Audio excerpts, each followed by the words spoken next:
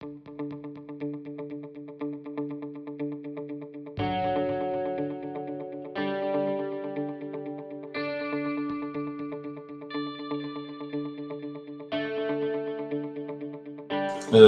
a gente segue, né, nessa nossa jornada com os hormônios e na real dá para se pensar que talvez hoje a gente entrou nos hormônios, né? Enquanto nas duas primeiras aulas a gente estava pensando sobre a noção de como a medicina caminhou num caminho, né, até conseguir chegar aos hormônios e isso foi a partir de uma série de modificações, né? Agora eu acho que com a Outshine a gente vai ver o quanto esse caminho foi necessário, por um lado, né? O quanto a necessidade de um modelo de dois sexos ela era algo que possibilitou né, o surgimento dos hormônios, mas também como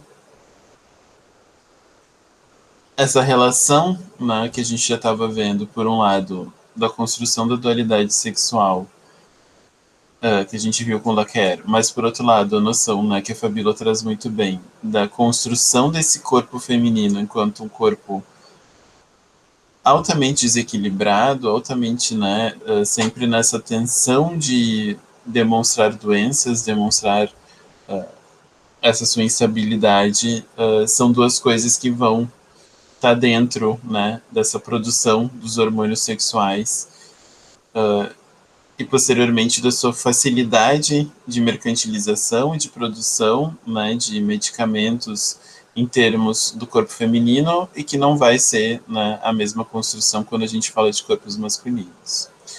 Então, a Nelly Altscher, né, ela foi uma professora dos estudos de ciência e da tecnologia, ela ainda, pelo que eu encontrei, ela não faleceu, ela só é emérita mesmo, na Universidade de Twente, nos Países Baixos, lá em Amsterdã.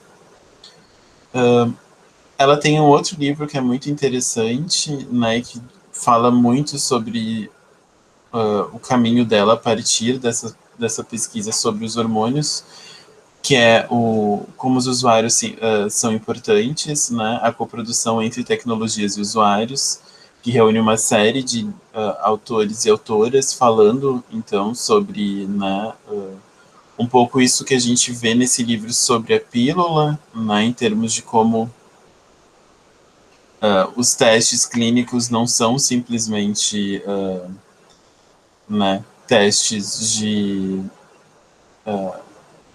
hipóteses, né, mas eles também modificam a capacidade da gente de produzir esse medicamento e a capacidade desse medicamento de se transformar em algo universal, né, independente da prática científica, como ela vai salientar bastante no final do livro.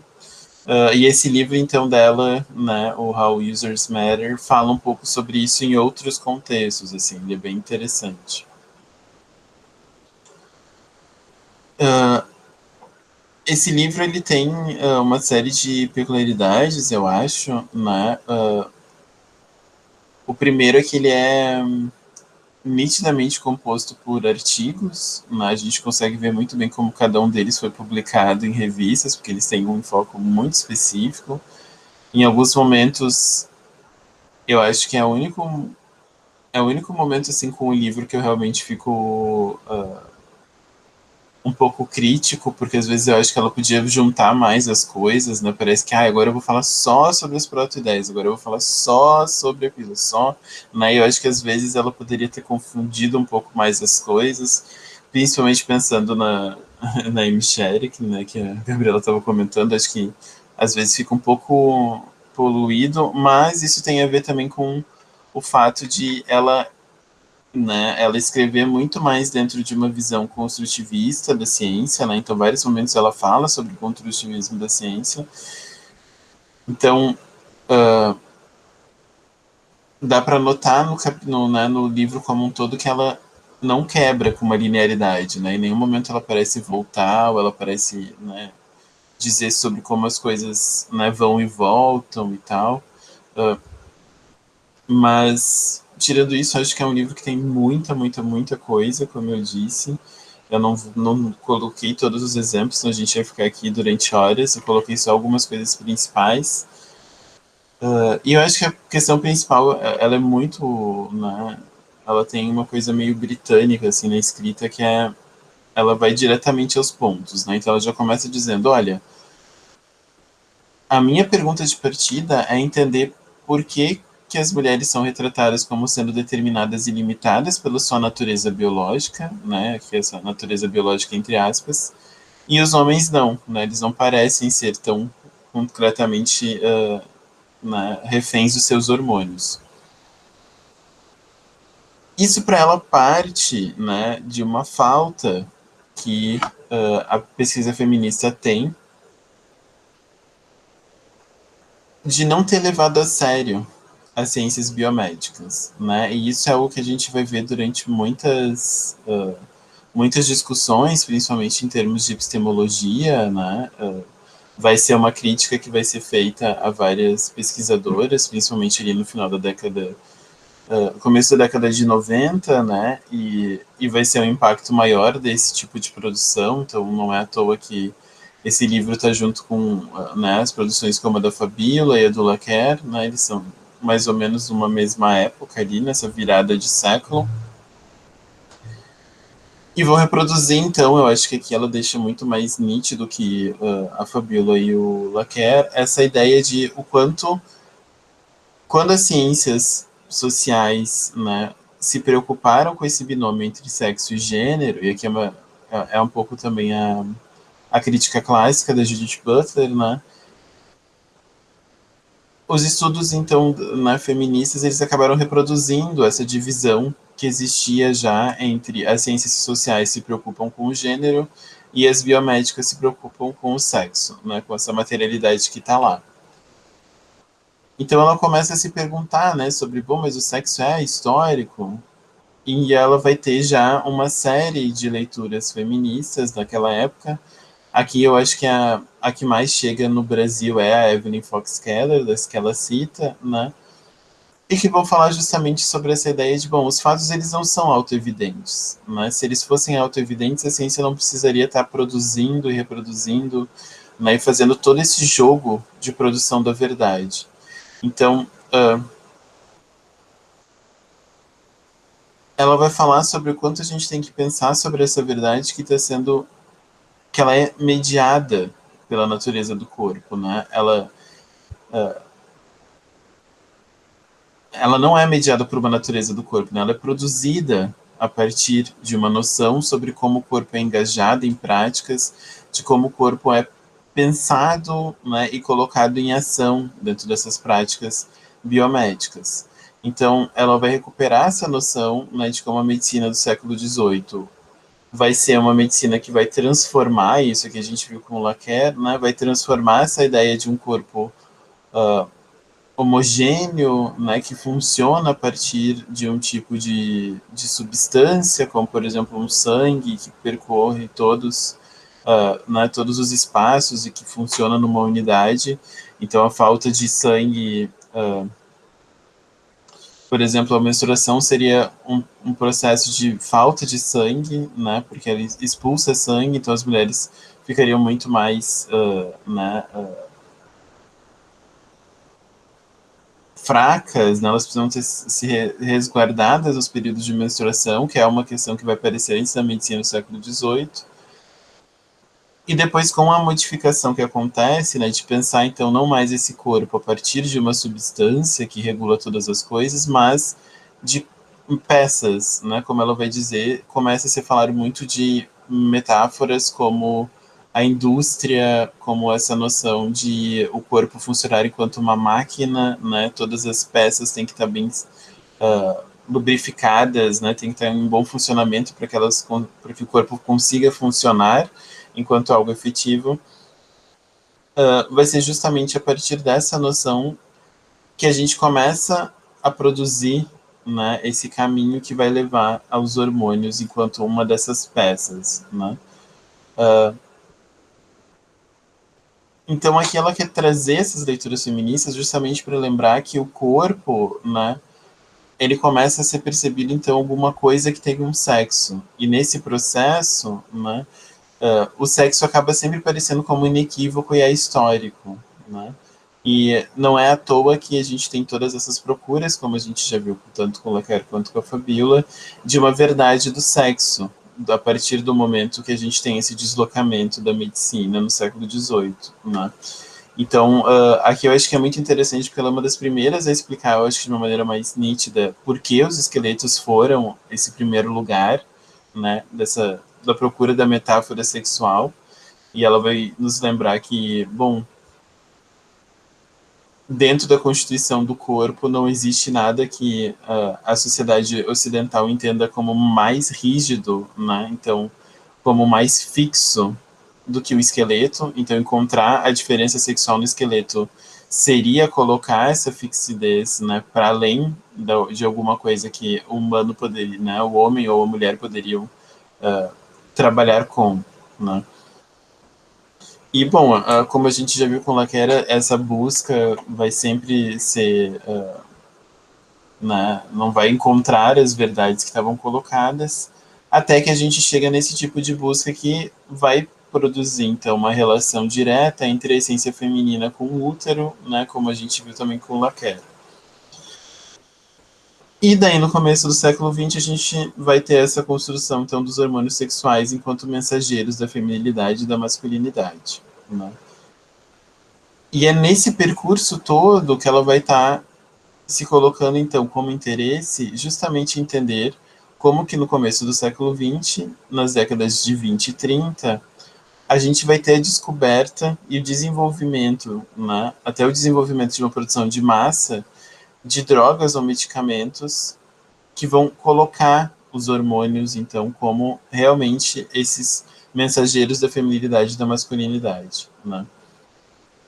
E daí aqui né, nessas ideias de novo de coincidências, uma das pessoas chaves para ela entender esse processo é justamente o Ernest Laqueur, que é o tio-avô, né, do Thomas Laqueur. Então, aqui fica um pouco essa questão que o Laqueur tinha lançado, né, e ele diz já no começo do livro dele de, bom, infelizmente eu não vou conseguir chegar no meu tio-avô, né, mas então aqui o Tchorn tomou isso como uma provocação de, bom, então eu vou fazer esse trabalho né, de pegar a partir de onde você deixou e seguir com o seu tio-avô. Nesse sentido, ela lança algumas provocações no começo do livro que eu acho que vão né, ser importantes durante toda essa concepção. Eu acho que é importante para a gente pensar cada vez mais quando a gente está vendo os hormônios ou quando a gente lida com a ciência, né? De que, bom, a primeira pressuposição dela, e algo que já estava na Fabíola do Laqueur, é que os fatos científicos eles não existem se não em virtude do seu redor social, né? Então, se fatos científicos eles existem, é porque afirmações científicas acabam possibilitando, né, dentro desse arredor social, enlicar grupos relevantes que vão colocar adiante, né, esses saberes científicos, essas afirmações científicas e transformar, né, questões laboratoriais em alianças que né, saem do laboratório e se colocam dentro de questões sociais e questões políticas. Então ela vai frisar muito sobre o quanto a ciência só toma o lugar que ela toma e os hormônios só tomam o lugar que eles tomam porque eles vão se linkar com diferentes grupos que têm diferentes poderes e capacidade de transformar, né, essas afirmações científicas em fatos, né, em artefatos científicos, como ela vai falar depois, e que vão conseguir ter um tipo de robustez suficiente para existirem fora dos laboratórios, né? Vão se criar alianças fortes suficientes para se produzir esses fatos fora do laboratório e eles permanecerem fortes o suficientes para serem reproduzidos, né? Só que o que ela vai chamar a atenção é que para que isso aconteça, né, não é à toa que isso acontece, porque justamente O que parece estar sendo engendrado nessa relação é o quanto certas ideias se mantêm, né, entre essa relação de produção da ciência e os conhecimentos ou, né, as questões culturais e sociais que existem dentro das culturas. Então, o que ela vai chamar atenção ela vai pegar esse autor, né, o Ludwig Fleck, que vai produzir um livro que foi muito recuperado no começo do século agora, século XXI, que é Gênese e Desenvolvimento de um Fato Científico. Né? Ele é um livro de 1935, ele sai no Brasil em 2010, e é onde ele vai falar, então, sobre essa ideia, né, de que a gente teria certas concepções sociais e culturais, né, que ele vai chamar de proto-ideias. Ela usa aqui o conceito de ideias pré-científicas, mas quando na tradução para o português se utilizou a ideia de, né, se traduziu como proto-ideias, que seriam justamente essas concepções que a gente vai ter culturais e que vão estar todo o tempo tentando adentrar ao espaço científico, né? E o que ela chama atenção aqui é que não só elas adentram ao espaço científico, como é a partir delas que a gente consegue produzir esses tipos de links, né? Esses tipos de alianças com outros grupos.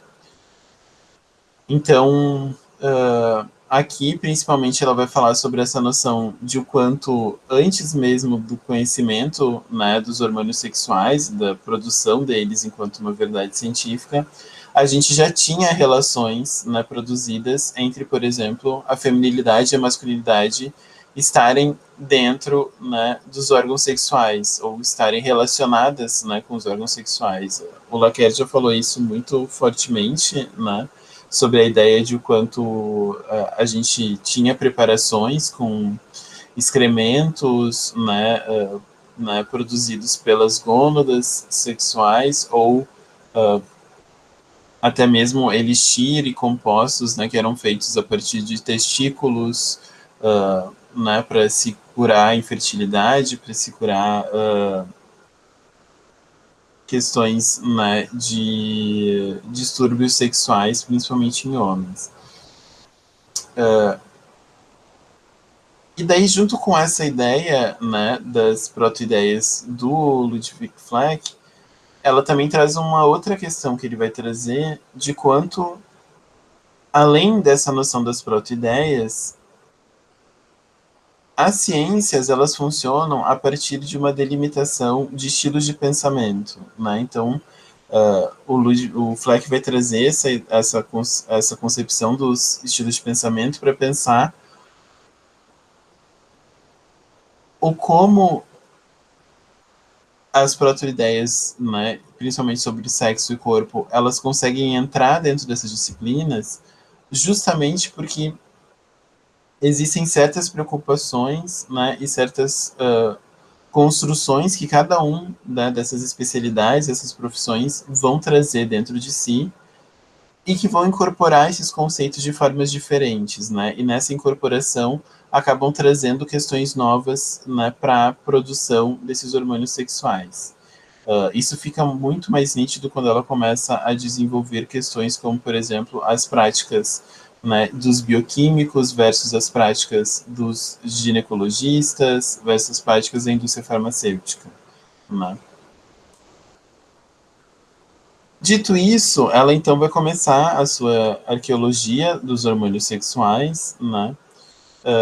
Falando sobre o quanto os hormônios são definidos pela primeira vez em 1905, né, pelo Ernest Starling, como justamente essas substâncias potentes reguladoras de processos físicos em organismos.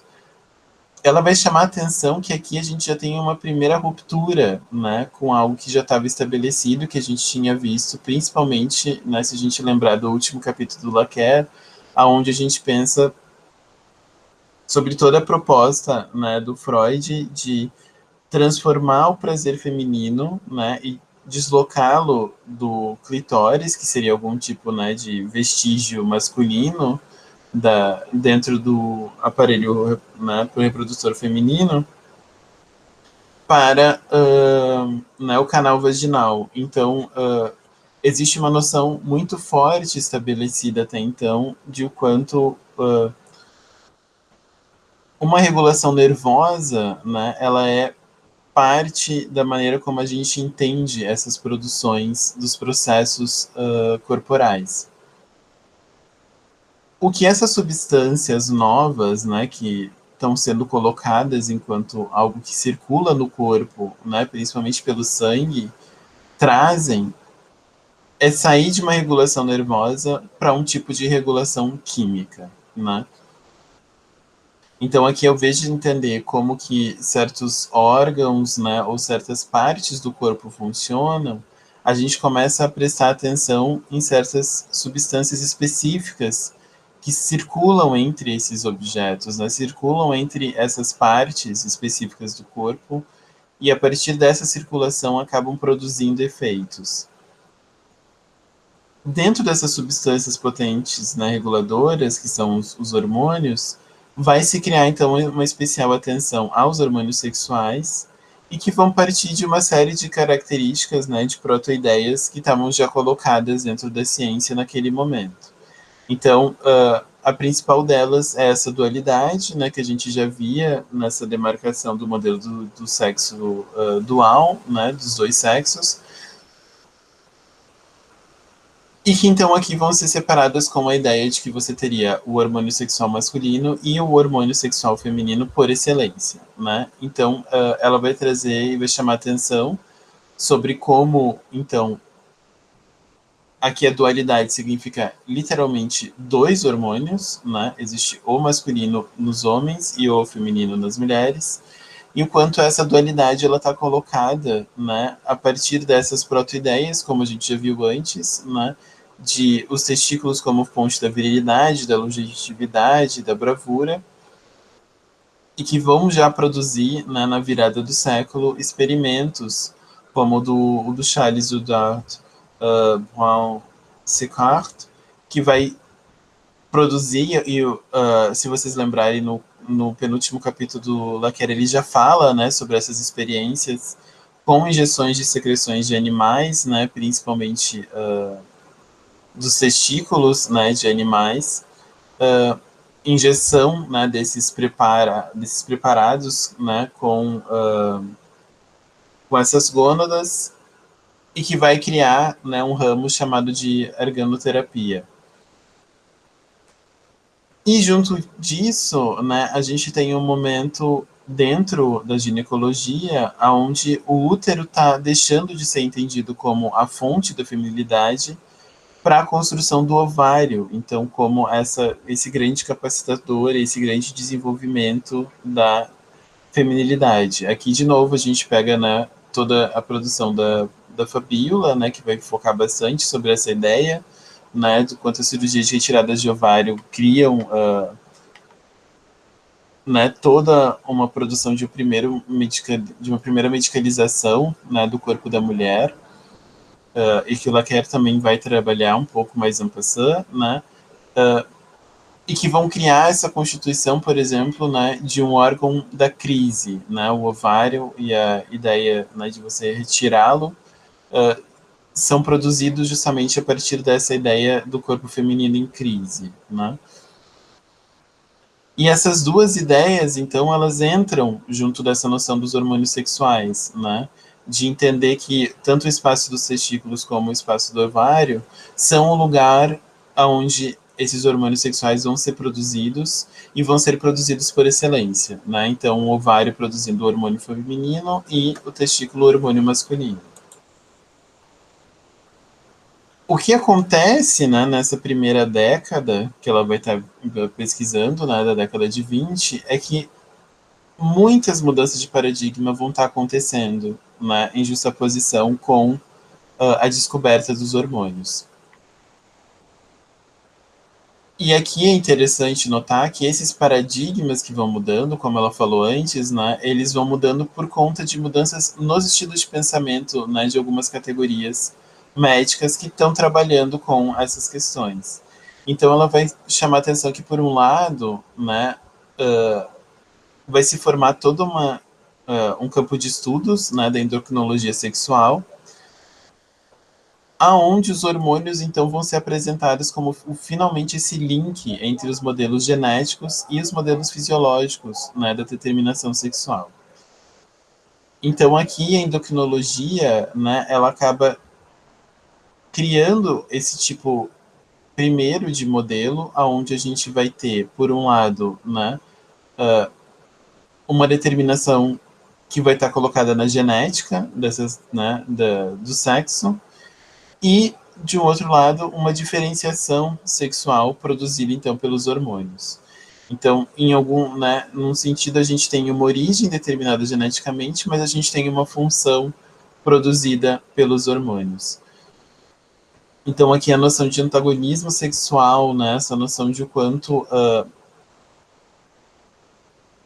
toda aquela construção que a gente tinha visto de uma natureza feminina, de uma natureza masculina, né, e de como existe toda uma conformação ali dada, né, entre o quanto a natureza determina os papéis sociais, ela vai estar presente ainda aqui a partir dessa ideia de antagonismo sexual, aonde os hormônios então aparecem como essa chave, né, que não só pega a determinação genética, mas transforma ela nessa diferenciação, né?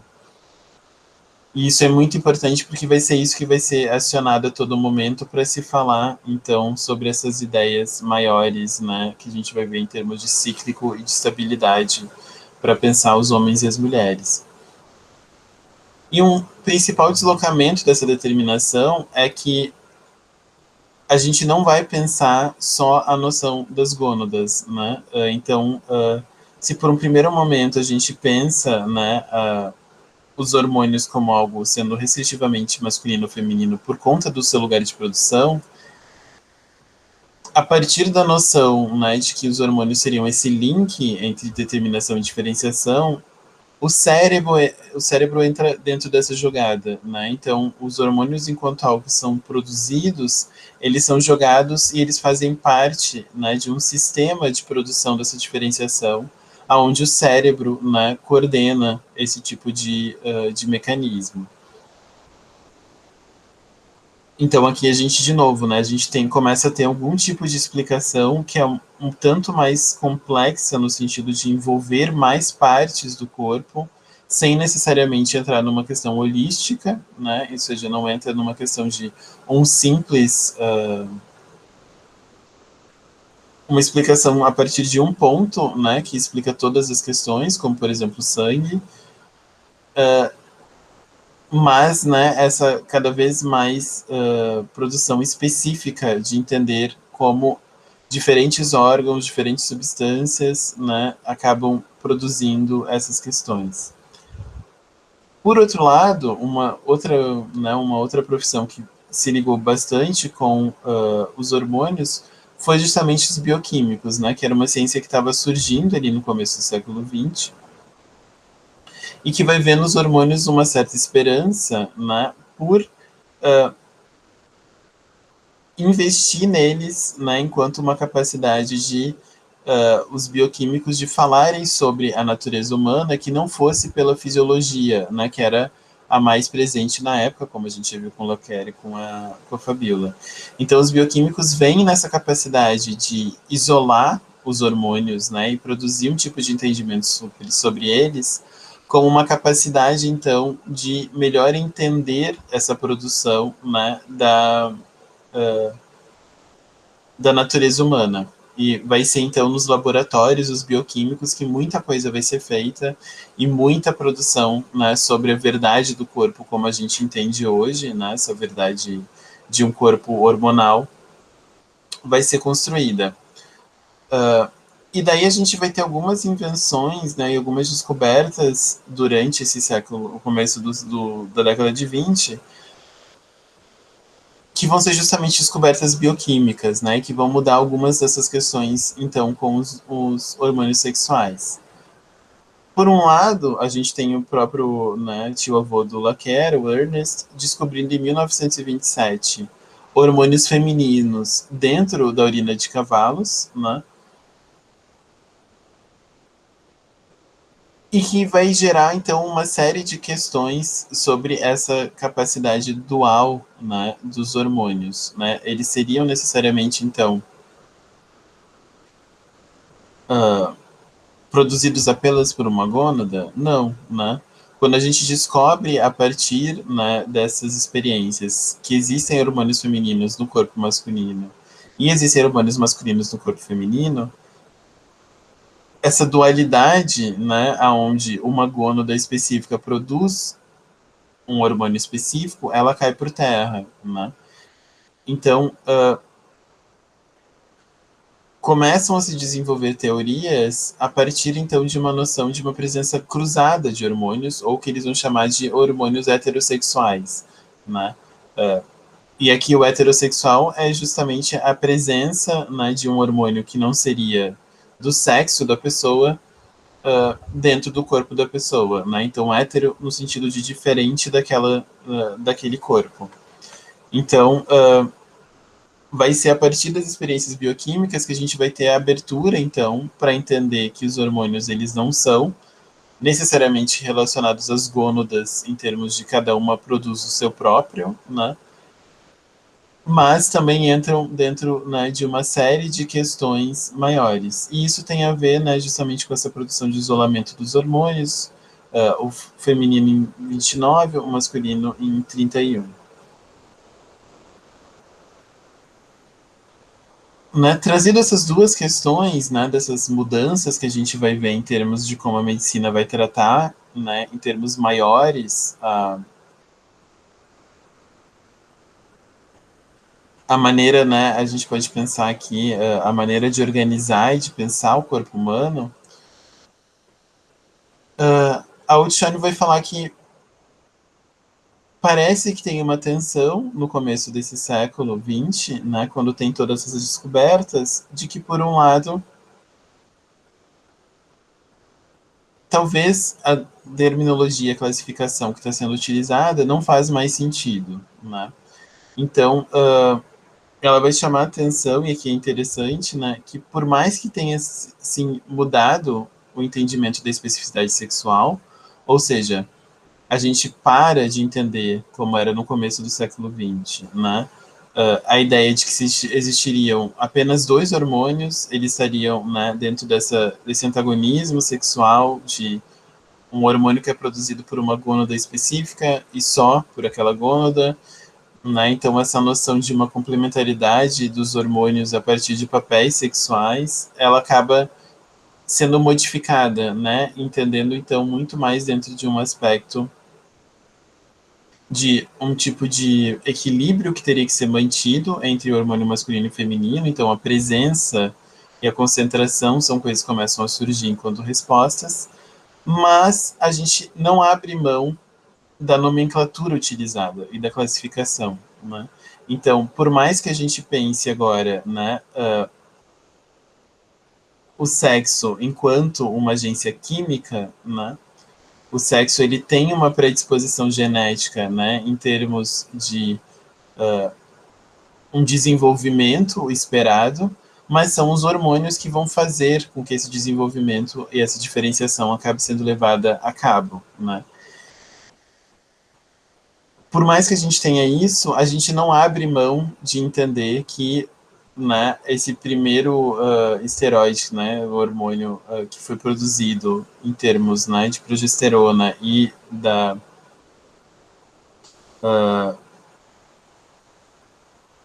testosterona, a gente não tira eles da noção de que eles seriam hormônios sexuais distintos a partir, né, de uma nomenclatura do masculino e do feminino. Então, ela vai dizer que aqui, por mais que a gente tenha mudanças, né, e tenha entendimentos produzidos por essas experiências, elas não são o suficiente para a gente desligar de certas proto-ideias, né, sobre como a feminilidade e a masculinidade são coisas importantes para se pensar o corpo, e a gente precisa partir sobre essas diferenças, né? Então, produzidas essas primeiras, né, o quanto essas primeiras práticas laboratoriais, essas primeiras formas de conseguir produzir sentido, né, para o que seriam esses hormônios sexuais, e o quanto vai ter toda uma relação direta, né, de uma continuidade entre as proto-ideias, né, sociais, os marcadores sociais, e que vão ser difíceis de serem quebradas, a Oceane vai dizer, bom, mas ok, a gente tem essas ideias, né? A gente tem essas construções de modelos de entendimento. Mas os modelos de entendimento não são o suficiente para a gente entender por que isso acaba virando, né, esse tipo de tratamento com substâncias, né, como, por exemplo, a pílula. Então, o que ela vai chamar a atenção é que toda essa construção a partir, né, de uma noção química do corpo, né, e o sexo enquanto agora algo químico, né, que é determinado geneticamente, mas que tem que ser produzido, né, e levado a cabo a partir dessa produção química, ela acaba gerando uma necessidade, então, de não só falar sobre hormônios, mas medi-los, né? Então, principalmente essa noção, né, dos hormônios heterossexuais acaba levando a um tipo de empreendimento científico aonde medir os hormônios, né, medir suas concentrações, medir os seus efeitos, acaba nos tornando e nos aproximando mais dessa realidade do sexo quantificável, né, como ela vai falar. Então, no terceiro capítulo, ela vai enfocar sobre essas práticas, né, de testes que acabam determinando quais são as substâncias masculinas e femininas, e aonde os modelos de testagem, além de falarem muito sobre de como a gente mede os hormônios, né, como a gente mede esses equilíbrios que estão sendo produzidos, também se fala bastante sobre como cada disciplina vai produzir maneiras específicas de pensar e tratar, né, sobre essa medição. Aqui, por um lado, a endocrinologia sexual, então, né, ela vai tentar produzir padronizações justamente pelo nível de complexidade que o campo estava assumindo a partir dessas descobertas, né, que a gente estava vendo. Então, aqui, por um lado, a gente vai ter a tentativa de testes com os hormônios femininos a partir da construção de um padrão, né? Então, a endocrinologia ela vai produzir essa necessidade de um padrão que consiga medir esses hormônios para que a gente consiga comparar, né, e tornar algum tipo de quantificação dessa estabilidade, ou seja, do que é esperado de um corpo normal. E daí é interessante porque o hormônio feminino ele vai ser produzido a partir do teste do Papa Nicolau, né, que até hoje é um teste utilizado e ainda é altamente, né, moderno e atual para a nossa sociedade, né, que trata-se de medir a partir de uma coleta intravaginal a quantidade de presença de hormônios, né? E aqui o teste do Papa Nicolau ele vai desenvolvendo outras características, como por exemplo pensar a ideia do câncer, né, do colo do útero e tal. Mas aqui o interessante é que o Papa Nicolau ele começa, né, com um tipo de teste laboratorial, aonde, né, a medida dos hormônios elas são traduzidas dentro de unidades de rato, né? Então, o que se é entendido é que, através do uso, né, de hormônios, vai se ter modificações, né, dentro do sistema reprodutivo, né, das ratas, e o quanto se precisa para se modificar esses, né, essa anatomia das ratas, vai ser transpassado então para as mulheres, né? Então, quando se fala, por exemplo, de fez um teste clínico com mulheres, vai se dizer que se utilizou 4 unidades de ratos, né? Então, o que para um rato, né, para uma rata fazer efeito, para a mulher teria que ser 4 vezes aquela dosagem.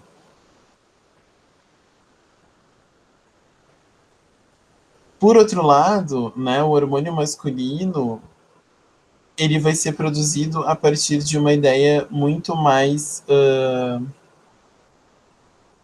de uma metáfora muito mais visual, né? Então, enquanto o teste do Papa Nicolau ele tem toda uma noção laboratorial, o teste masculino ele vai ser constituído a partir, né, do que o próprio Ernest Laquer vai produzir, de o que se chama de teste da crista, né? Então, a cobaia científica, né, para se falar sobre o hormônio masculino, não vai ser o rato, mas vai ser o galo ou o capão, né? Principalmente nesse caso, o capão, que é o galo castrado, né? E uma das características do capão é justamente que a crista dele atrofia a partir do momento que ele é castrado. Então, na injeção de hormônios masculinos no sistema do capão criava alterações, então, na crista, né? Diminuía essa hipertrofia que a crista sofria, e a partir, né, do quanto a crista se modificava, né, e o Ernest Laquer vai produzir todo uma série de técnica de fotos, né, de você colocar fotos da crista em comparação para produzir essa ideia do efeito do hormônio. Vai ser o teste, então, padrão para se entender essas características, né, do efeito do hormônio masculino no sistema. O que dá para notar, né, que a Altione vai trazer de interessante, é que aqui, nesse momento, mais do que a gente falar necessariamente sobre hormônios, a gente parece estar falando sobre os órgãos sexuais internos e as características sexuais secundárias, né? Então, em termos do hormônio feminino, a gente está falando sobre órgãos sexuais internos, e do hormônio masculino, a gente está falando de características sexuais secundárias, né? Por que isso? Porque se nota, por um lado, que a maior parte dos indicadores internos, né, dos órgãos sexuais masculinos, elas dependeriam muito mais de um hormônio feminino do que um hormônio masculino, né? Então, quando eles fazem teste com progesterona, por exemplo, os vasos capilares, né, que carregam o esperma, eles conseguem ser muito mais né, fortes, resistentes, eles são recuperados. Agora, não acontece isso com o hormônio masculino, né? Então, ela começa a chamar atenção aqui de novo sobre como essas proto-ideias elas acabam colocando em ação como que a gente vai produzir, né, essas patronizações, ou como que a gente vai medir os hormônios. Então, por um lado, né, o próprio teste da crista, ele fala sobre uma estabilidade da presença ou não dos hormônios no corpo masculino. Então, a crista estar atrofiada ou ela estar em uma boa condição fala sobre a ideia de como o hormônio masculino seria esse hormônio da estabilidade. Ao contrário, né, o hormônio feminino ele está ligado a um teste de Papa Nicolau que está falando sobre a noção de um ciclo, né, de um ciclo menstrual, da ideia, né, do aumento do endométrio por algum tempo e depois a sua diminuição, e o quanto dentro desses processos, né, a mulher começa então a ser entendida enquanto tendo uma natureza cíclica, né? Então, um corpo que vai ser produzido e pensado a partir de sua própria modificação no tempo e no espaço. Por outro lado, né, a gente vai ter os bioquímicos que vão estar produzindo outros tipos de testes para produzir essas padronizações, né?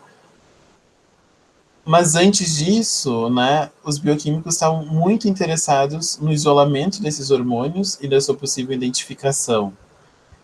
E a partir desse isolamento, produção, né, de alguns testes mais específicos em termos de respostas bioquímicas, como o teste de sangue, né, então que vai ser colocado e produzido para as mulheres enquanto uma capacidade de a gente entender desordens menstruais, o diagnóstico de gravidez, a menorreia, e depois, né, isso vai gerar uma série de outras provocações. O que é interessante que ela vai dizer aqui é que, por mais que os testes bioquímicos, né, eles produzam esse tipo de intervenção feminina, né, de uma medição dos hormônios na mulher, significa entender em que parte desse ciclo ela está, em que parte desse momento ela está, o entendimento da testosterona enquanto estável, né, dos hormônios masculinos enquanto estáveis, impede que os bioquímicos façam esse mesmo tipo de teste para os homens. Então, enquanto a gente tem o isolamento da testosterona, ela não vai ser né, transmutada em um teste específico de sangue, por exemplo, para os homens. Né? A preocupação com a ideia de que os hormônios flutuam, ela é uma preocupação feminina, justamente porque se entende, né, os hormônios femininos e o corpo, então, hormonal da mulher, enquanto cíclico, né? Então, quanto algo que vai estar sempre se gerindo em uma estabilidade. Uh, e bom, aqui o que ela vai chamar a atenção, então, é o quanto que a definição do sexo ela vai cada vez mais ser produzida a partir de uma descrição técnica e não mais uma descrição anatômica ou uma descrição fisiológica, né? E é a partir dessa capacidade, né, desses testes, de começarem a produzir uma descrição técnica dos hormônios, né, e a sua concentração no corpo, essa quantificação, que a gente começa então a entender os hormônios não só mais como um modelo explicativo, mas também agora enquanto figuras, né, enquanto começam a ser produzidos enquanto artefatos universais, independente dos contextos de sua fabricação. Né? Os hormônios agora eles aparecem, né, a partir de uma noção de que eles não são mais produzidos no laboratório. Então, ela vai falar justamente como a gente vai ter esse processo das práticas laboratoriais locais acabaram se tornando, né, universais. E isso ela vai dizer justamente por conta do desenvolvimento de técnicas, instrumentos e padronizações que são fortes o suficientes para sobreviverem fora dos laboratórios. Né? Então, é a partir da criação desses contextos, né, onde se possibilita medir, né, produzir um tipo de quantificação dessa presença desses hormônios e o que isso significa, que a gente vai começar a possibilitar o entendimento de que hormônios sexuais eles existem para além, né, dessas construções, desses contextos aonde os cientistas acabam produzindo seus efeitos, né? Como ela diz no começo, começam a definir o que é masculino e feminino. Dito isso, né, os dois primeiros capítulos, em termos, né, de conteúdo específico, né, porque o capítulo 1 ele é uma introdução, o capítulo 2 e 3 ele vai falar sobre essas primeiras tentativas de uma construção de modelo explicativo, né, e vai falar então desses laboratórios que vão inventar os hormônios e vão produzir então eles, né, enquanto algum tipo de artefato. Ela vai colocar nos capítulos 4, 5 e 6 o quanto essa primeira produção, então, né, dos hormônios enquanto algo que existe para além das práticas de produção deles, ela vai tentar entender como, então, que eles saem desses laboratórios, né, como que essa robustez deles é inventada e produzida para além, né, então como que ela é colocada à prova quando ela sai do laboratório e ela precisa, então, multiplicar esses contextos de ação. No capítulo 4, ela vai pensar, então, a primeira etapa, né, que seria dessa, que seria, bom, antes da gente ter um medicamento, a gente precisa produzir hormônios sexuais fora do contexto corporal, né? Então, se a gente consegue, né, nas primeiras medições, entender que existe uma falta ou um excesso, bom, como que a gente trata isso, né? Como que eu consigo colocar mais hormônios dentro de um corpo? E bom, a resposta dela é justamente de o quanto que os laboratórios então precisaram se, né, produzir uma relação, né, uma associação com a indústria farmacológica para conseguir então produzir os hormônios enquanto artefatos científicos, né? E isso se coloca naquela época muito fortemente por uma necessidade de materiais e a escassez de materiais, muito mais em termos, né, da,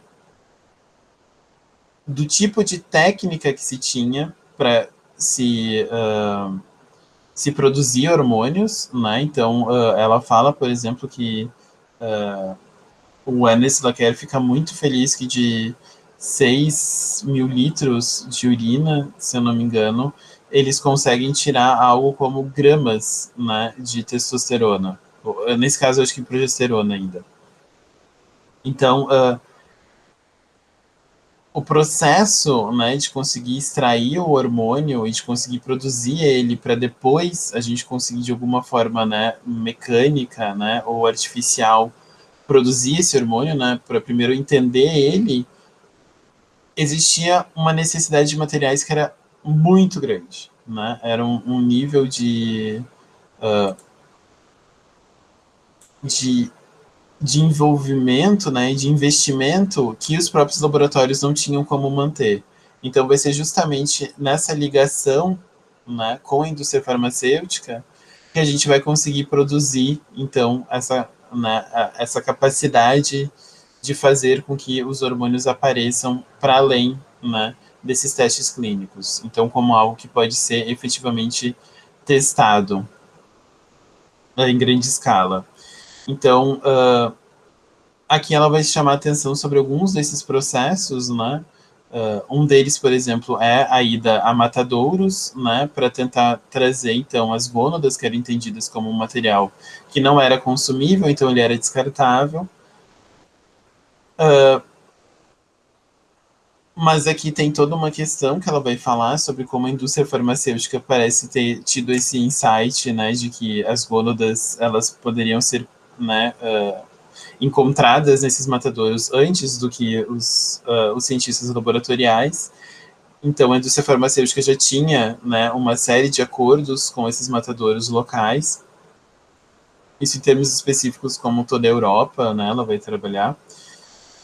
Então, né, os laboratórios têm que se afiliar à indústria farmacêutica, né, num tipo de relação de, bom, vocês então oferecem as gônadas, a gente faz o processo de purificação e de entendimento dessas substâncias, e que vai levar então, né, a esse local dos cientistas laboratoriais como especificamente aqueles que vão isolar e vão purificar então essas substâncias, né?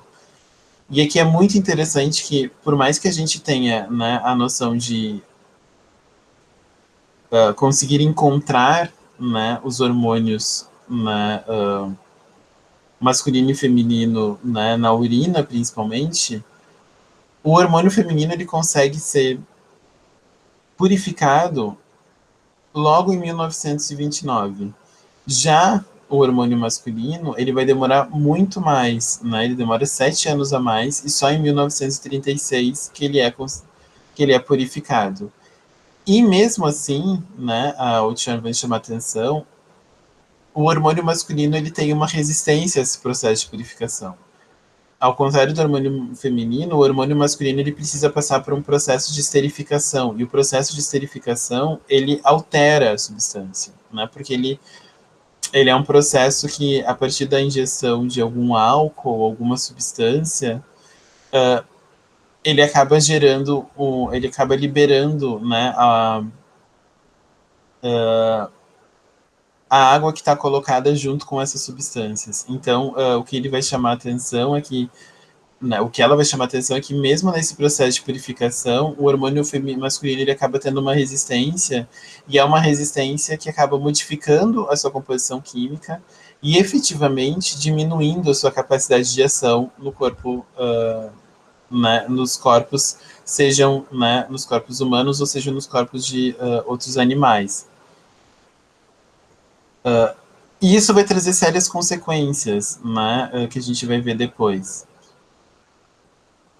Junto com né, esses processos, então, dos matadores e dos isolamentos, ela vai trazer toda uma parte de discussão que eu não vou entrar muito, né, porque senão a gente vai ficar muito tempo aqui, mas os Países Baixos, especificamente, né, eles têm toda uma questão diferente, porque não existia uma indústria farmacêutica na época lá, né? Então, essa relação entre produzir um tipo de associação entre os laboratórios e indústrias farmacológicas, né, para possibilitar e facilitar esse tipo de empreendimento com os hormônios sexuais, ele não era possível. O que foi possível, então, é que o laboratório farmacoterapêutico, que o Ernest Laquer, né, coordenava na Universidade de Amsterdã, ele acaba se juntando, né, vários personagens desse laboratório se juntam Então, criam uma indústria farmacêutica, né? Eles criam uma empresa farmacêutica justamente para facilitar esses tipos de acordos que eles teriam que ter fora da academia, né, para falar com matadores e outras relações, e que vai criar então a Organon.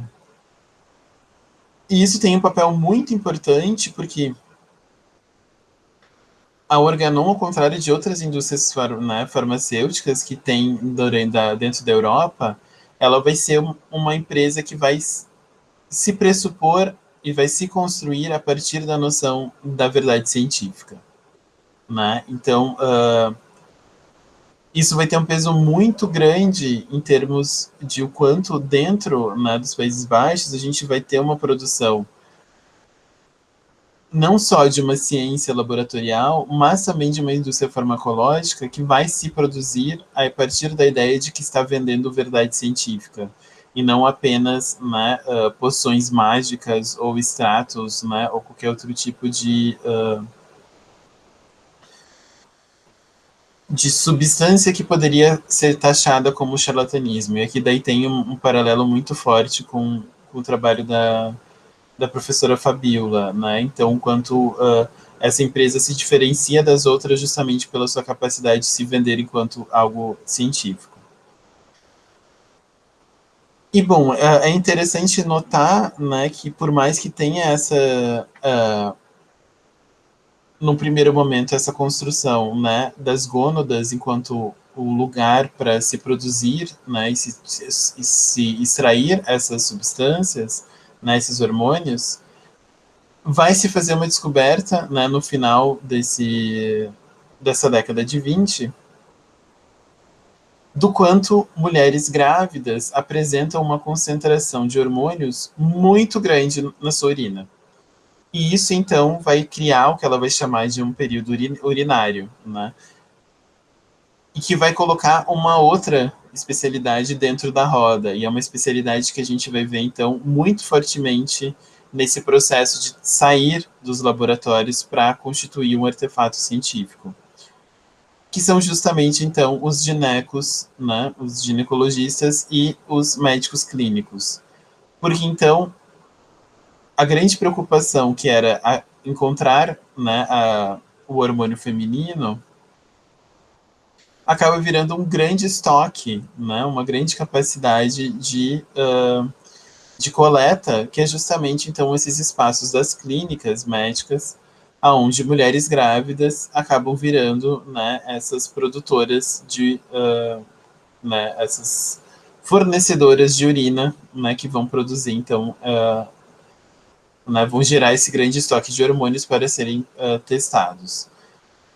Então, aqui, os ginecologistas acabam tendo um papel muito importante, né, nesse processo, justamente para ditar um pouco qual é o tipo de material que está sendo coletado e qual é o tipo de preocupação que vai ser colocada na roda. Né? Então, aqui, principalmente, a ideia das desordens femininas relacionadas ao ovário, né, e o processo reprodutivo em si. O mesmo, contudo, não acontece com os homens, né? Não existiria, e aqui volta para aquela ideia do cíclico, né, e do estável, não existiria, né, e aqui eu não existiria porque não, né, não se faz necessariamente grandes testes para ver se não existiria mesmo, mas não existiria um momento específico, né, nessa trajetória do homem aonde você teria mais concentração de testosterona no na sua urina. Então, no primeiro momento, se tenta, né, fazer uma série de tentativas, como, por exemplo, em quartéis, em presídios, em fábricas, para coletar a urina masculina, mas acaba se descobrindo que, na verdade, é muito maior a concentração de hormônios masculinos dentro, né, da urina de cavalos do que necessariamente de homens, né? E também aqui toda uma preocupação que a mulher grávida já colocava como um lugar de certeza de que os homens que estão participando desses experimentos, eles podem ter uma série de outras doenças colocadas juntas e que dificultam, então, a possibilidade de você extrair esse hormônio puro. E que os cavalos, né, não teriam. Então, se cria todo um mercado aqui, né, nesse período urinário, que ela vai chamar, de compra, então, né, da urina de cavalos. E aqui daí é um fato muito interessante que ela vai dizer sobre o quanto que a vizinhança do laboratório, né, do Ernest Laquer reclama do cheiro, né, porque aqui a gente não está falando, né, de compramos aqui 30 litros, 50 litros, 100 litros. Não, a gente está falando de 60 mil litros de urina para ser utilizado, porque, né, como eu falei antes, 6 mil litros faziam gramas dessa substância. Né? Então, uma das coisas muito interessantes que ela fala assim, é o quanto, por exemplo, a urina ela vira esse cheiro também. Né? Esses laboratórios têm um cheiro específico por conta do material que eles vão usar. Então, né, aqui vai ser o começo da aglutinação desses diferentes grupos e interesses, né, como eu já falei dos ginecologistas em termos do processo reprodutivo, vai juntar com a vontade das companhias farmacêuticas de produzir, então, né, esses preparados, né, para usos terapêuticos, e os cientistas laboratoriais que vão conseguir utilizar, então, esse processo de isolamento e purificação para, né, avançar nas suas questões em termos da diferenciação sexual. Entendido essa busca por materiais e essa capacidade de produzir, então, hormônios, né, para além daqueles de testes, a próxima etapa da Outshine é, então, como que esses hormônios que estavam sendo produzidos acabam virando, né, substâncias comercializáveis.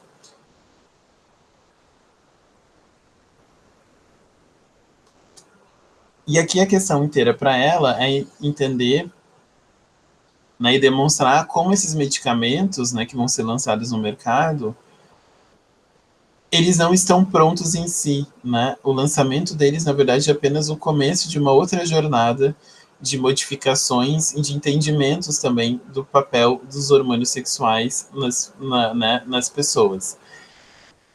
Então, ela vai enfatizar muito sobre essa noção, né, de que os medicamentos eles dependem das redes sociais, que eles percorrem dentro e fora do laboratório para entender, né, os usos e o quanto eles conseguem se estabelecer nesse mercado ou não. E ela vai trazer, então, a questão, né, como exemplo do Orvanon, né, que vai ser o primeiro medicamento que vai ser vendido. E aqui é um medicamento produzido a partir de hormônios femininos, principalmente da progesterona, aonde ele é vendido sem especificar. Isso é muito interessante, né? Vamos pensar. Isso na década de 30, ele é vendido sem especificar para qual uso, né? E aqui é um pouco uma campanha de marketing, né? Eles não colocam o uso, mas ao mesmo tempo eles dizem que, se as pessoas quiserem saber mais, elas podem entrar em contato, que eles vão oferecer as pesquisas, né? E vão falar um pouco mais sobre esses usos. Então, ele começa a ser vendido para tratar nesse ciclo irregular, ao mesmo tempo que não se fala muito sobre como ele trata, né? Quais são os efeitos que ele produz. O mais interessante ainda é notar que o contrário não é verdadeiro, né? Quando se tem a possibilidade, né, a partir do isolamento da testosterona, de fazer um tipo de venda, né, da testosterona enquanto, né, algo que pode tratar, né, de disfunções eréteis ou outros tipos de preocupações como hipertrofia dos testículos ou da próstata, existe uma relutância completa por parte das pessoas, né, desse laboratório que ela está pesquisando, principalmente, que é o laboratório do Laquer, né, de que teria que a gente ainda precisa fazer muito teste clínico para entender quais são os efeitos, para daí sim colocar esse produto no mercado. Então, se por um lado, né, as mulheres podiam ser medicalizadas a partir do momento que a substância estava, né, sendo identificada e produzida, o contrário não foi verdadeiro para os homens, né? Sempre tem essa resistência, né, colocada de que precisamos pensar muito melhor do que com as mulheres. Um outro ponto que ela traz é justamente o quanto que os testes clínicos, em si, eles ajudam a linkar medicamentos com audiências, né? Então, é a partir dos testes laboriais que a gente começa a produzir padronizações dos hormônios a serem testados nas práticas médicas dos ginecologistas, né? Então, como ela vai dizer, é a partir, por exemplo, do encontro, né, desses preparados das indústrias farmacêuticas com os interesses, por exemplo, dos ginecologistas, que começam a surgir mercados, né? Um deles, por exemplo, é a venda do Minformol, que é um segundo medicamento, né, produzido para as mulheres, aqui a partir do estrogênio, que vai ser produzido para tratar da menopausa. Justamente na noção, né, de que os ginecologistas colocam a menopausa e começam a produzir a menopausa enquanto uma questão de desequilíbrio hormonal. Então, o interesse, né, dos ginecologistas e da prática dos ginecologistas acaba gerando essa possibilidade desse teste laboratorial, aonde então esse preparado, né, da indústria farmacêutica acaba produzindo então uma audiência, né, acaba produzindo um tipo de mercado.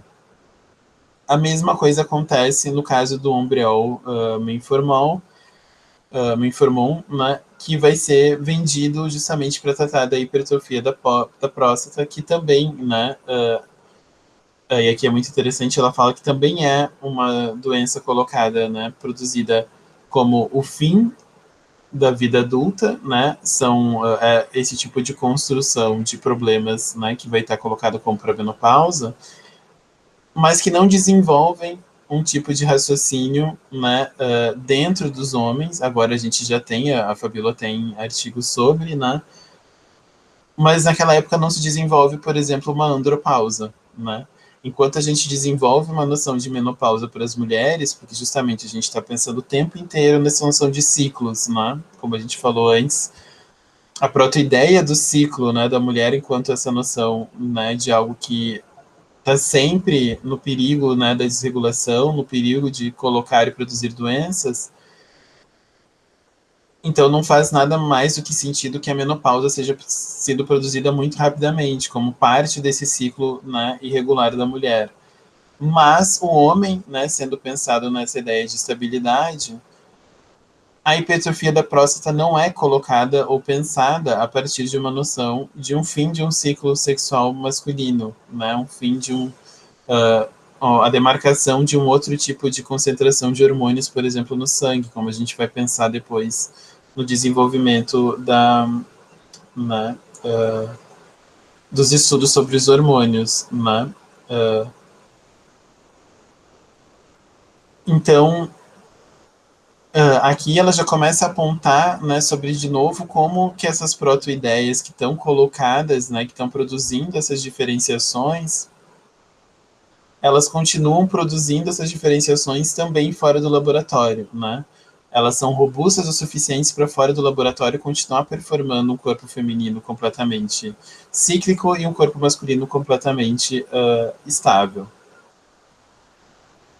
E além, né, dessas duas questões, ela fala sobre o quanto essa cooperação entre a indústria farmacêutica e a profissão médica foi essencial para a construção dos hormônios, e principalmente aqui a construção da mulher hormonal, né? Então, se a gente tinha, como a gente viu com a Fabíola, principalmente, a ideia, né, de o útero e depois os ovários como o órgão, né, da desordem, da instabilidade, agora vai ser justamente essa capacidade de pensar, né, na desordem, no desequilíbrio, né, possível, né, próprio da natureza feminina,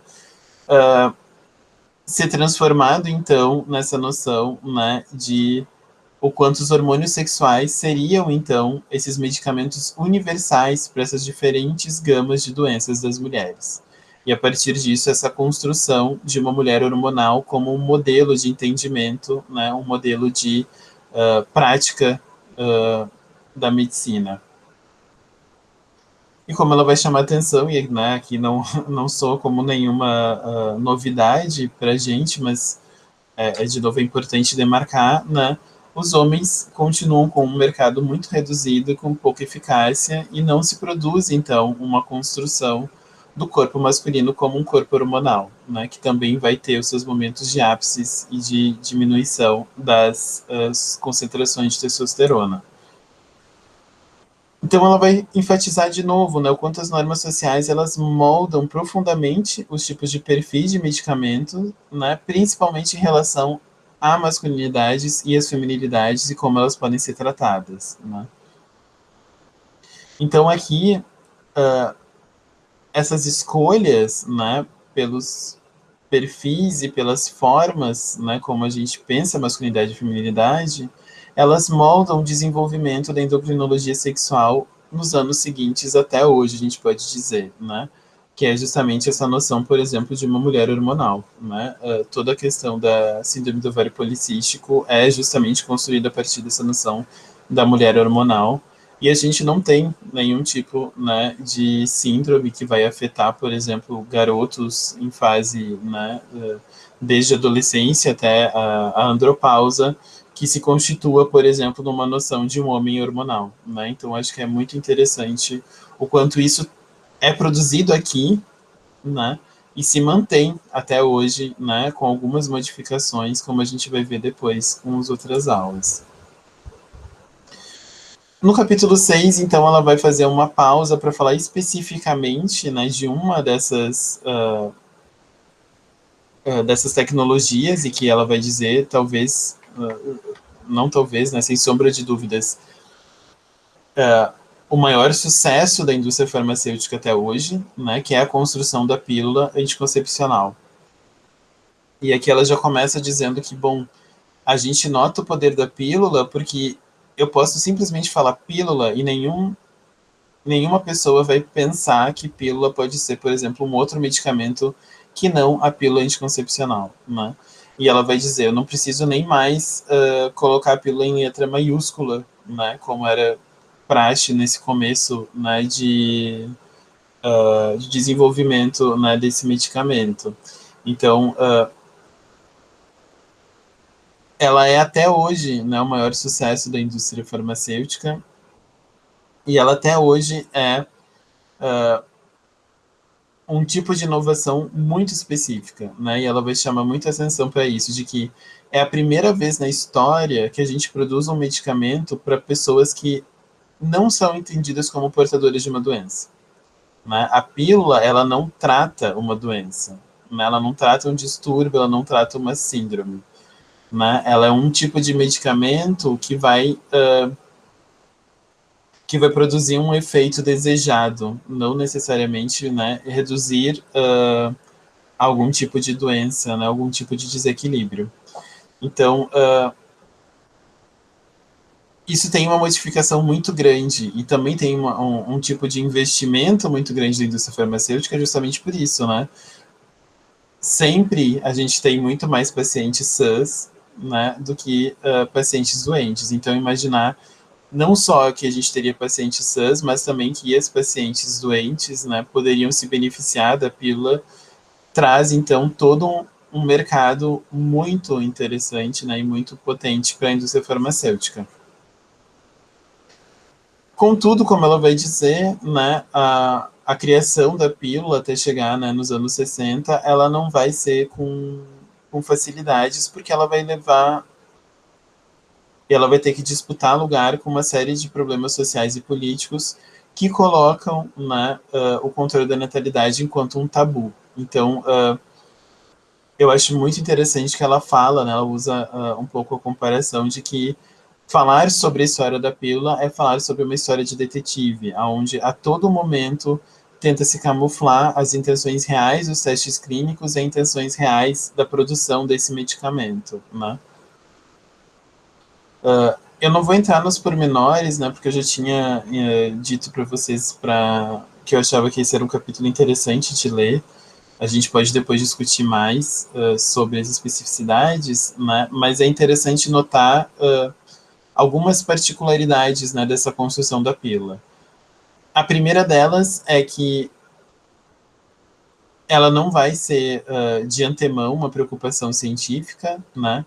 Ela vai partir de um lobby de uma feminista, a Margaret Sanger, que vai então tentar procurar, né, cientistas, médicos que estejam com vontade de se engajar nessa produção, né, de um tipo de controle de natalidade universal. E a partir do momento que ela encontra o Gregory Pincus, né, que é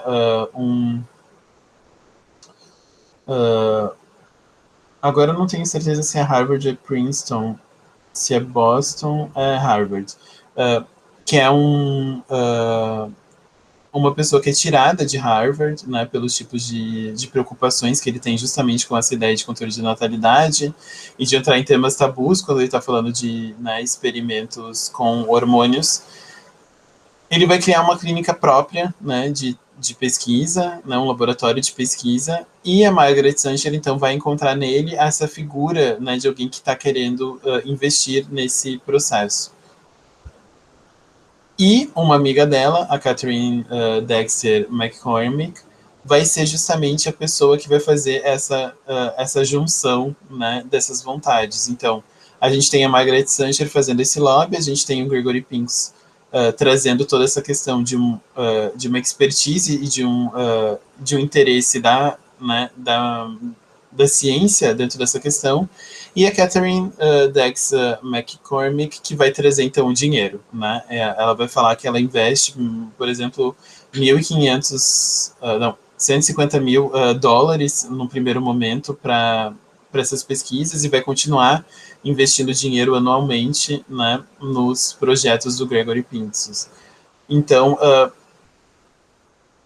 aqui, né, é interessante que justamente a pílula ela não nasce como uma preocupação científica, né, ela nasce como um lobby feminista, né, e vai ser justamente não só um lobby, mas ela vai ser financiada, né, por uma outra feminista.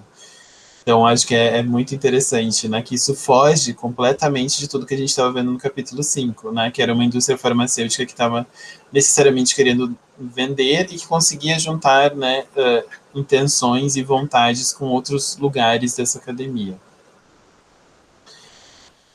Bom, nessa história de detetive, vai ser muito difícil para eles conseguirem fazer testes. Os Estados Unidos, na época, tem uma série de leis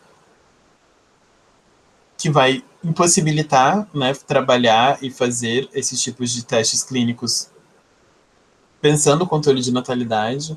Então, a solução que eles vão ter vai ser para um país não só subdesenvolvido, mas também que, né, é dependente politicamente e militarmente dos Estados Unidos, que é Porto Rico, numa espécie de junção de um imperialismo cultural com uma praticidade. Né? Ali a gente tem uma série de questões específicas que ela vai trazer, como a noção de mulheres, né, que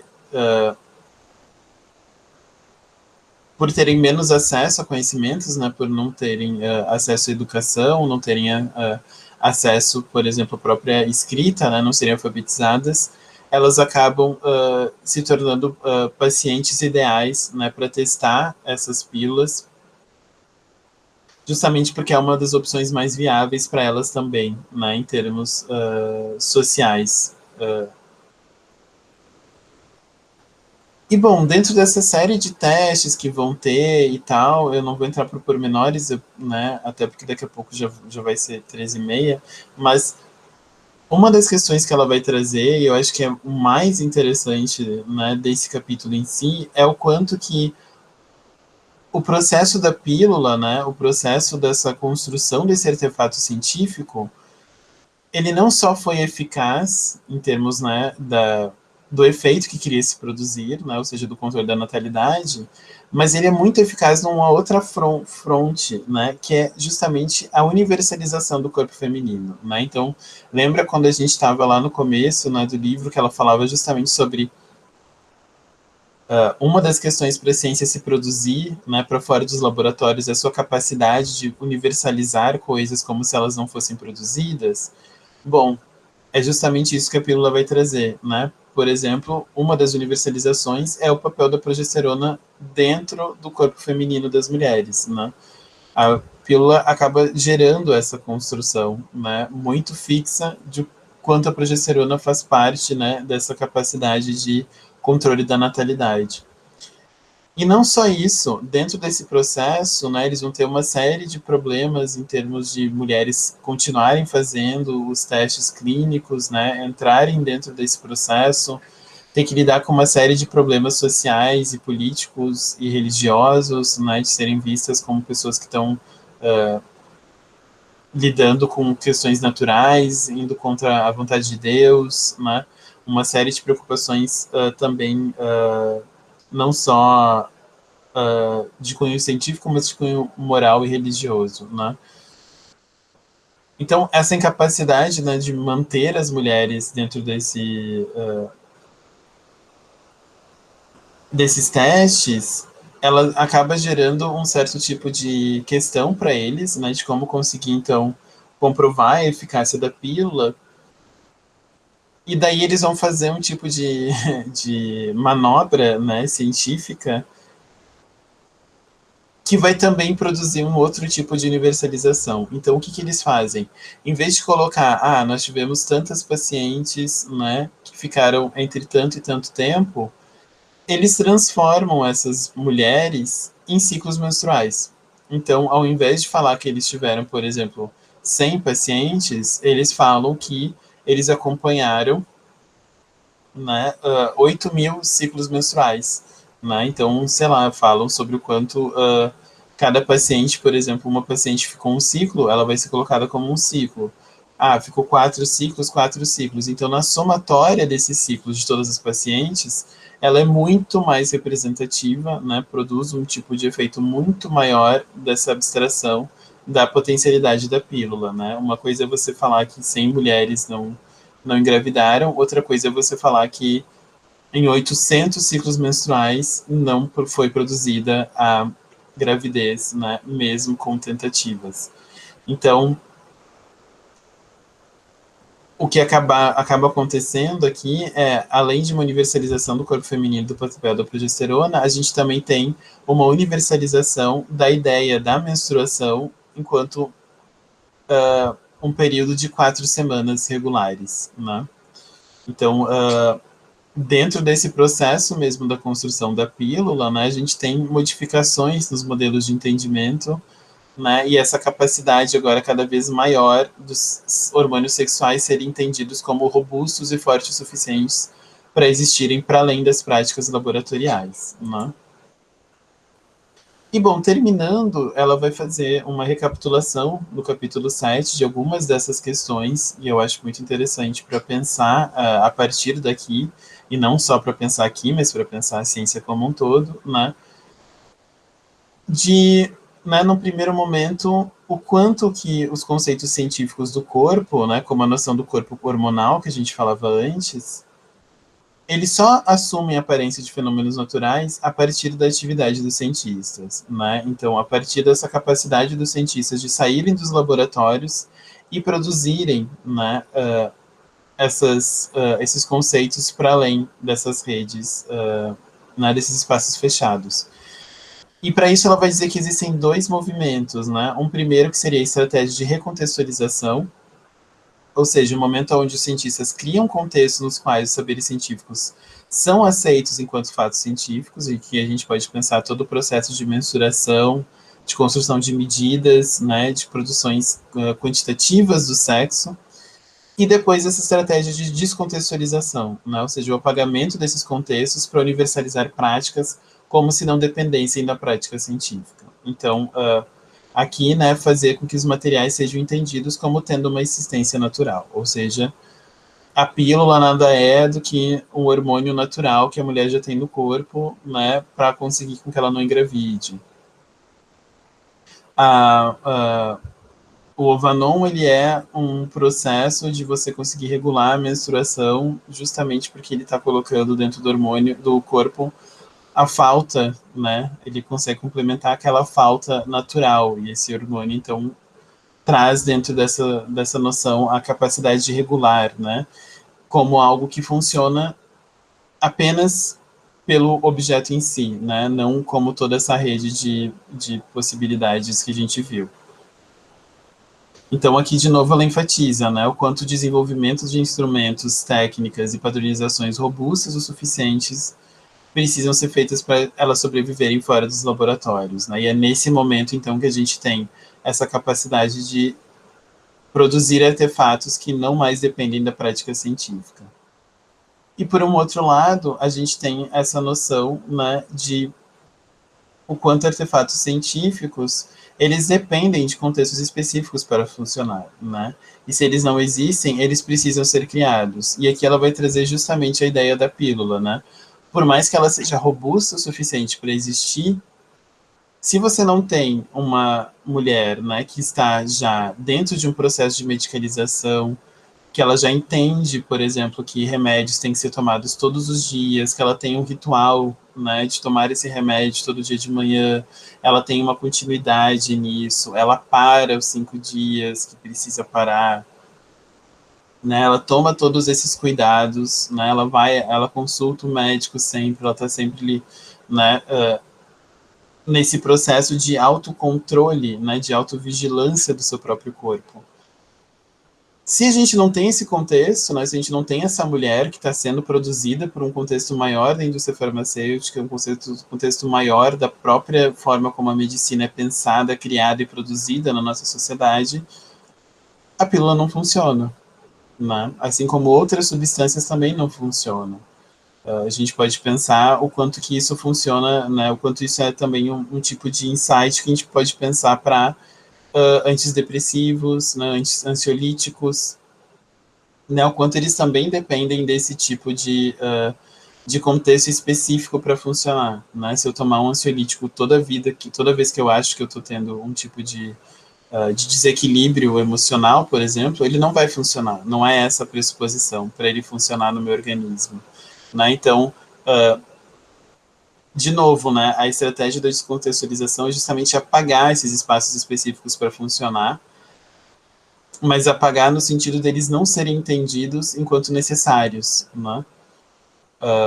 Não precisam ser vendidos enquanto, né, uma obrigação, mas sim como algo que já está incluso dentro dessa pílula ou desse medicamento, enfim.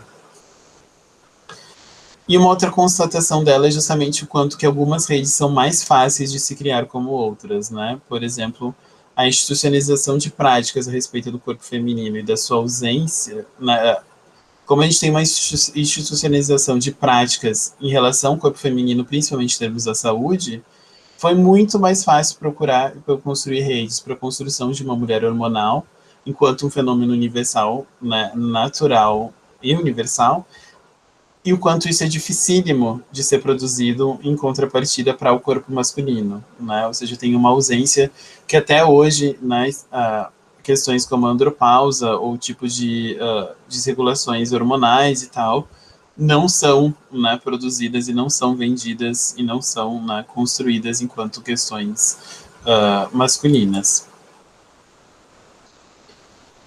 E daí, por fim, ela vai falar sobre o impacto que tem, isso que ela lançou já no começo do livro, né, de pensar o corpo a partir desse modelo químico, né?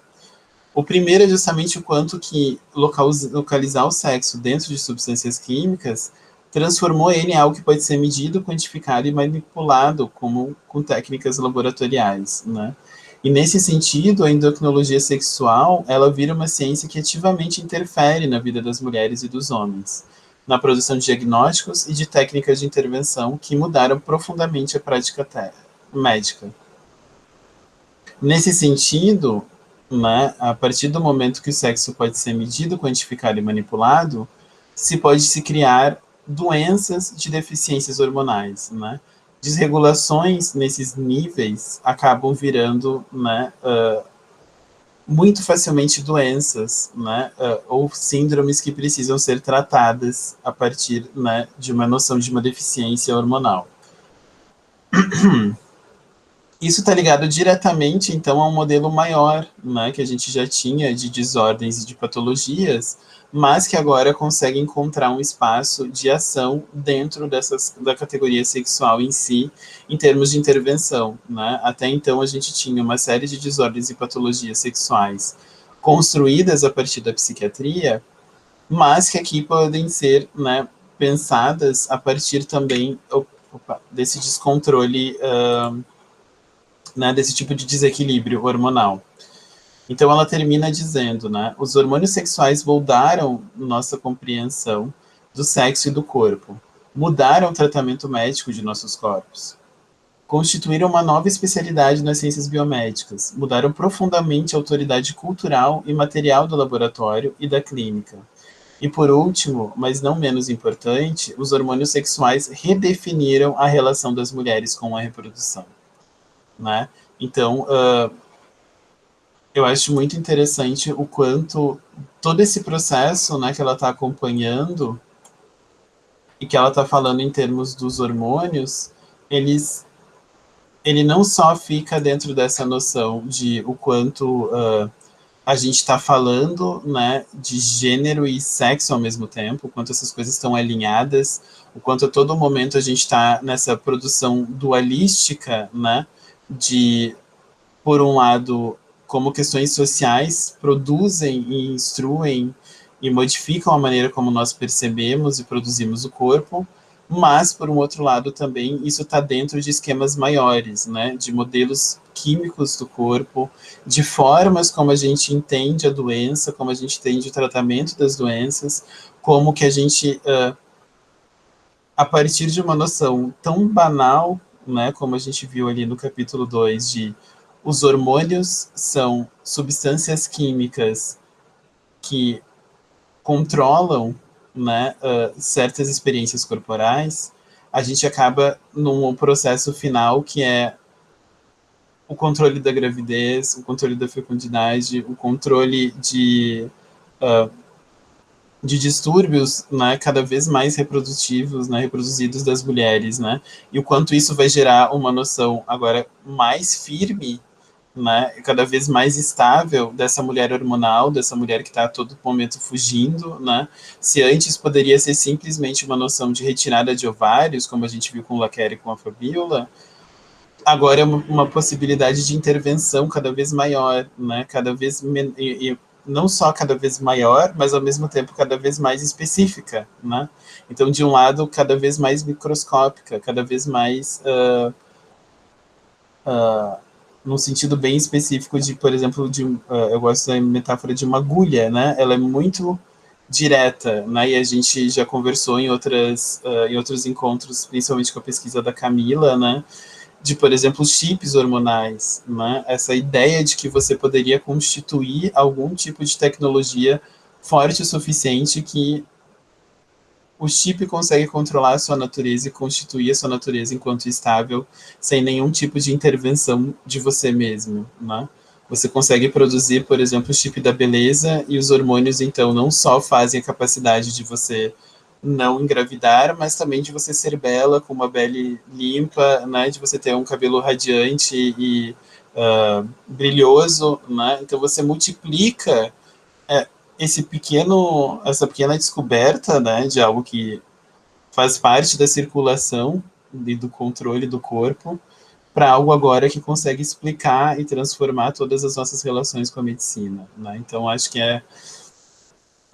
e eu acho que é interessante porque mesmo que esse último capítulo ela fala, né, essas questões e pareçam questões muito amplas, né, são alguns tipos de deduções que não é necessariamente comum da gente ver em antropologia ou da gente ver na sociologia. O fato dela estar produzindo toda essa explicação dela em coisas muito enraizadas, né, práticas muito cotidianas, práticas, né, laboratoriais ali, né, no chão da oficina dela, falar, por exemplo, do cheiro da urina, né, o quanto tudo isso que ela está colocando acaba sustentando esse tipo de extrapolação que ela faz no final, né, porque isso é possível de ser feito. Né? Ela justifica esses modelos a partir dessas próprias ações e constituições e apagamentos do mundo. Né? Então, eu acho Eu confesso que entre todos os livros que eu já li sobre hormônios, esse é o que mais me convence, assim, eu acho que é um dos melhores nesse sentido. E eu acho que é uma etapa muito importante, assim, dessa construção, para a gente entender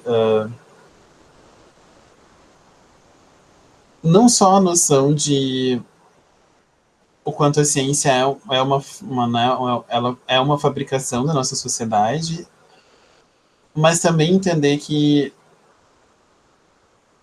por um lado, como ela diz, não existem questões maquiavélicas necessariamente por trás, né? Existe uma necessidade de explicação, e essa explicação vai fazer parte das nossas questões culturais. Então, se as nossas questões culturais podem ser lidas, por exemplo, por feministas, né, ou por pessoas engajadas nesse tipo de medicinização, né, do corpo feminino, isso tem a ver com as nossas próprias maneiras de pensar, né? E não necessariamente porque tem uma cúpula misteriosa da indústria farmacêutica querendo produzir isso. E, ao mesmo tempo, o quanto, ao entender essas estruturas, a gente consegue produzir diálogos com elas, né? A gente consegue produzir diálogos como, por exemplo, o trabalho da Bruna, né? Eu nunca lembro sobre o nome dela, mas é uma doutoranda ali do PPGAS que vai trabalhar com a noção, por exemplo, de as mulheres que vão entrar na disputa sobre estatísticas em relação a pílulas anticoncepcionais.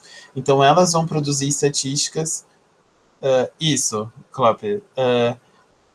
Elas vão produzir estatísticas sobre a incidência, né, da trombose a partir do uso de pílulas.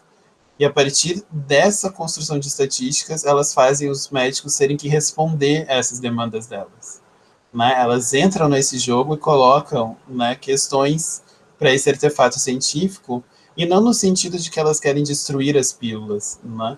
Mas elas querem ter um tipo de conversa onde não se apague efeitos colaterais, onde se leve a sério o tipo de intervenção corporal que a gente está produzindo, e qual é o ônus e o bônus dessas intervenções, né? E eu acho que é justamente nesse tipo né, de bibliografia que a gente está vendo aqui que essas relações podem ser concebidas, né? Que a gente pode entender a ciência como um fruto da nossa sociedade que a gente não precisa jogar fora, né? A gente pode entender os processos e, a partir desse entendimento, produzir o que faz sentido ou não, né? Entender qual é o tipo de diálogo que a gente quer estabelecer e aonde esse diálogo vai ter que ser uma conversa mais fina, né? Mais direta, que pode gerar uma disputa, e aonde outras coisas a gente entende e tá ok com, né?